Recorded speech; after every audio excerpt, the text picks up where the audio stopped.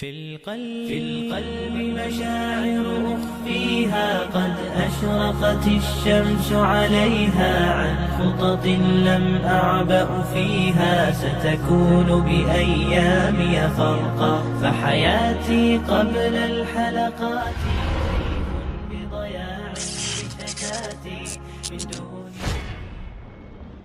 Ka'bah adalah sebuah bangunan dengan bentuk persegi empat dan disusun dengan batu-batu alam berwarna coklat kehitaman. Ka'bah merupakan sentral pusat ibadah bagi kaum muslimin, sebagai kiblat tempat umat Islam mengarahkan wajah mereka ketika sholat. Orang Islam sangat faham bahwa Ka'bah bukanlah sesuatu yang disembah. Kemuliaan Ka'bah di sisi umat Islam bukanlah sebagai berhala, wujud dari Tuhan atau bentuk dari Tuhan. Tidak ada satupun umat Islam yang meyakini bahwa Ka'bah adalah wujud dari Tuhan, dan tidak ada umat Islam yang menyembah Ka'bah. Namun, kita sebut saja mereka sebagai kaum polo dengkul, mengatakan umat Islam menyembah Ka'bah, mencium batu vagina, dan lain sebagainya. Sebenarnya perkataan mereka itu adalah eksistensi dari dua paduan, yaitu polo dengkul dan jiwa mesum, sehingga segala sesuatu yang dilihat oleh mata mereka akan tampak seperti apa yang mereka bayangkan.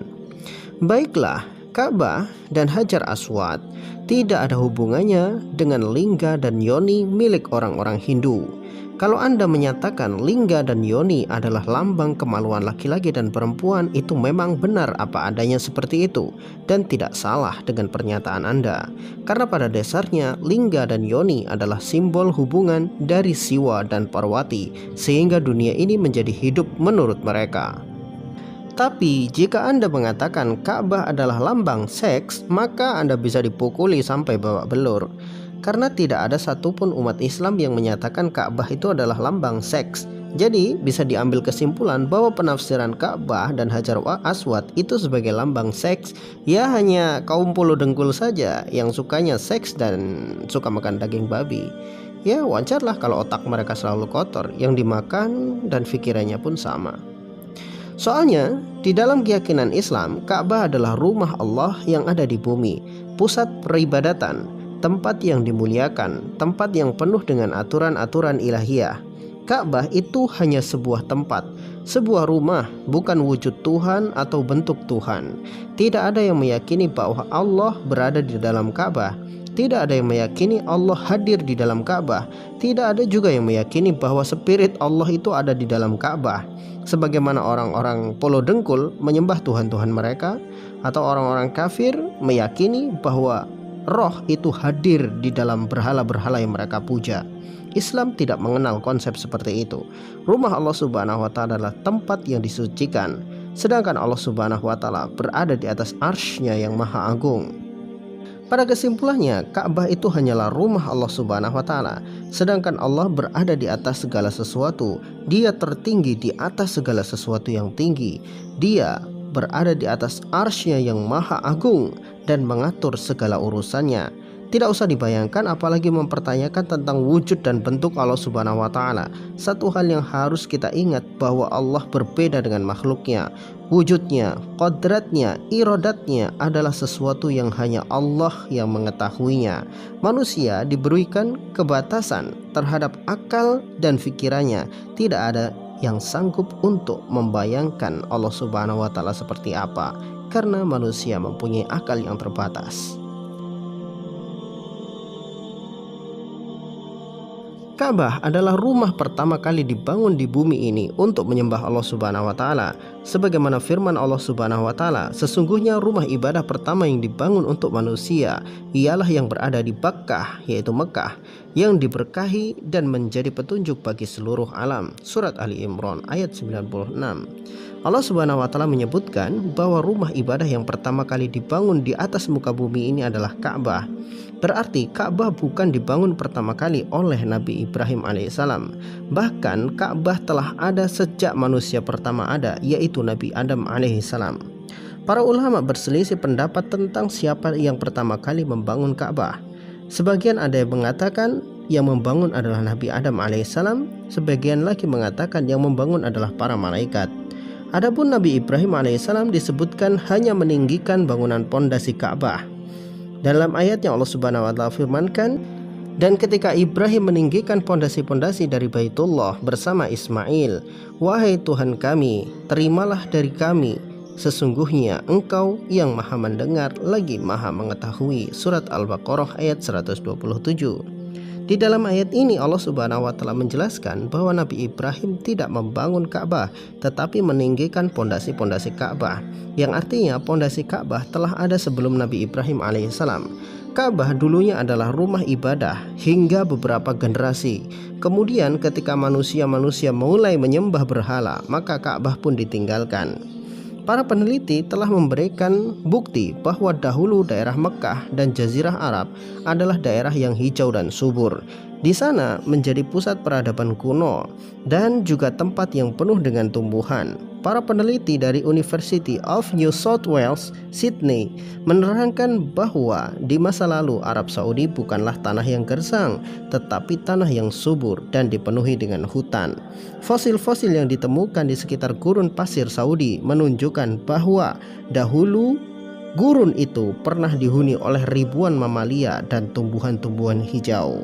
Lalu apa hubungannya hasil penelitian ini dengan Ka'bah? Penemuan ini memperkuat bukti bahwa Ka'bah dulu adalah pusat peradaban di masa lampau. Orang-orang yang hidup jauh ribuan tahun sebelum Nabi Ibrahim alaihissalam telah tinggal di Arab Saudi dan menjadikan Ka'bah sebagai sentral peribadatan mereka. Jika Ka'bah dan daerah sekitarnya dulunya adalah tanah yang subur, tentunya ada peradaban yang terbentuk di sana. Maka sangat logis jika Allah Subhanahu wa taala sampaikan bahwa Ka'bah adalah rumah ibadah pertama yang dibangun di bumi bagi manusia. Logis karena di masa lalu Ka'bah, Mekah adalah daerah yang sangat subur.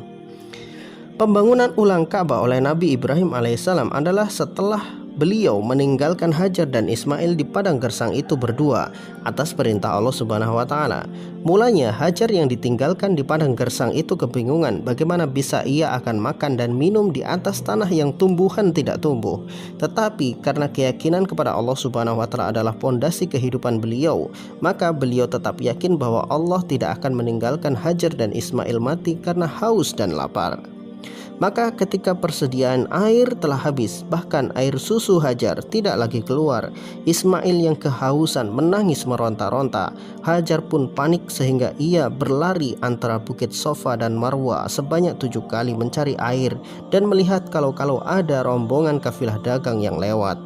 Namun atas izin Allah Subhanahu wa taala, dari pijakan kaki Nabi Ismail alaihissalam yang menangis kehausan itu keluarlah mata air yang saat ini dikenal sebagai air Zam-Zam. Keluarnya mata air Zam-Zam itulah awal bangkitnya kehidupan di Mekah yang dulunya gersang, kemudian banyak orang-orang yang singgah di sana.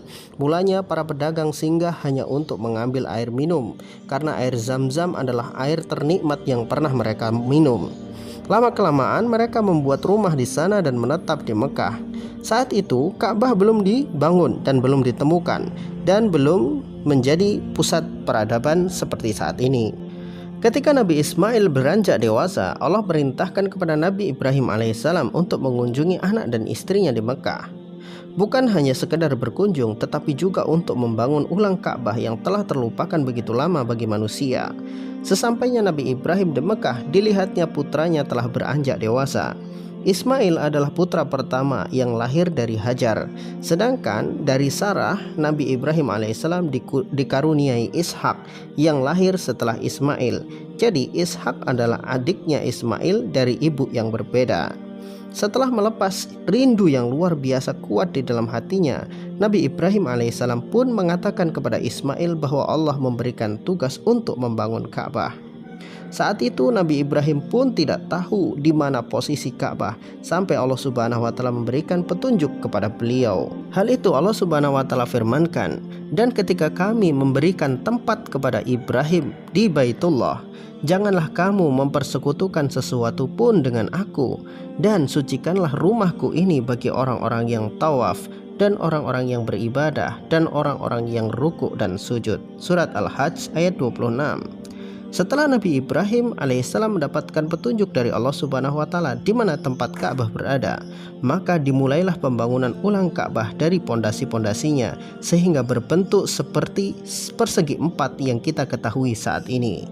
Saat itu Nabi Ibrahim alaihissalam telah mulai beranjak sepuh sehingga beliau menggunakan sebuah batu untuk berpijak dan memasang batu-batu yang lain ke atas pondasi Ka'bah. Batu pijakan Nabi Ibrahim alaihissalam itu kini dikenal sebagai Maqam Ibrahim.